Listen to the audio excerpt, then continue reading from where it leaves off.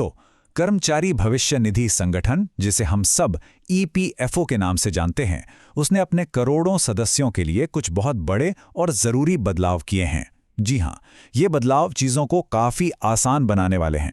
तो चलिए जरा गहराई से समझते हैं कि आखिर ये नए सुधार हैं क्या और इनसे क्या फर्क पड़ेगा। देखिए, कई लोगों के लिए अपना पीएफ खाता मैनेज करना एक सिरदर्द जैसा ही होता है ना। कभी बैलेंस चेक करने में दिक्कत, तो कभी नौकरी बदलने पर अकाउंट ट्रांसफर करवाने का झंझट। मतलब जानकारी ढूंढना हो या फिर अपने ही पैसे निकालने हो, ये अक्सर एक बहुत लंबा और थकाऊ प्रोसेस बन जाता है। लेकिन अब लगता है कि ये सब बदलने वाला है। हाल ही में सरकार ने कुछ ऐसे बड़े सुधारों का ऐलान किया है जिनका एक ही मकसद है, इस पूरे सिस्टम को बेहतर, तेज और सबसे जरूरी, ज्यादा पारदर्शी बनाना, मतलब ट्रांसपेरेंट बनाना। तो सबसे पहले और सबसे बड़े सुधार की बात करते हैं। ये जुड़ा है पीएफ पासबुक से। जी हां, वही पासबुक जिसे देखने के लिए अक्सर अलग अलग पोर्टल पर भटकना पड़ता था। अब जानकारी पाना पहले से कहीं कहीं ज्यादा आसान हो गया है। अच्छा, तो याद कीजिए पहले क्या होता था। अपना पीएफ बैलेंस या स्टेटमेंट देखने के लिए एक अलग ही पोर्टल पर जाना पड़ता था, जो अक्सर बहुत स्लो होता था, है ना?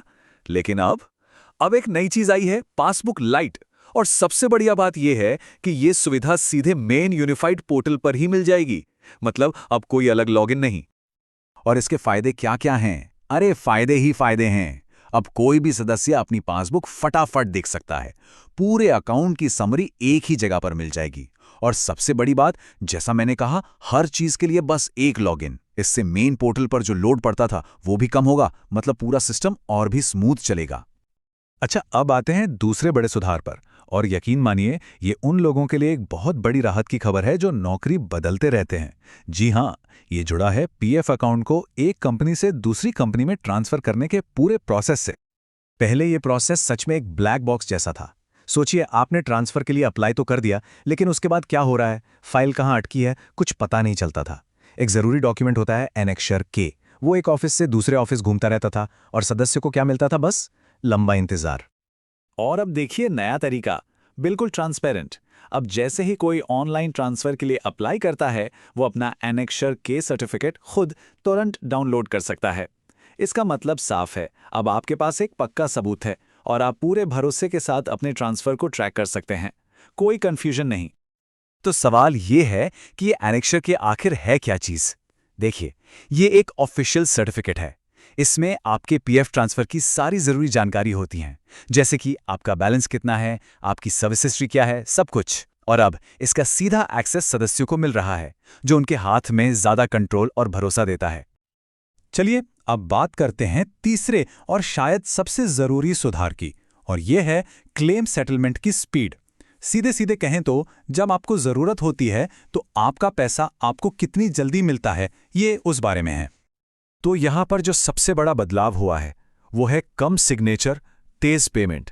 ईपीएफओ ने ऑफिस के अंदर की उस लंबी चौड़ी कागजी कार्रवाई को कम कर दिया है, जो अक्सर देरी की सबसे बड़ी वजह बनती थी। जरा सोचिए, पहले एक क्लेम को पास होने के लिए कई अलग अलग अधिकारियों की मंजूरी लेनी पड़ती थी, जिससे पूरा प्रोसेस कछुए की चाल से चलता था। इस बदलाव का सीधा सीधा फायदा सदस्यों को ही मिलेगा। देखिए, अप्रूवल प्रोसेस को आसान करने का मतलब है कि क्लेम बहुत तेजी से प्रोसेस होंगे।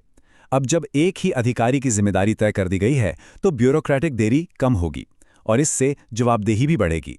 मतलब एक ज्यादा भरोसेमंद सर्विस मिलेगी।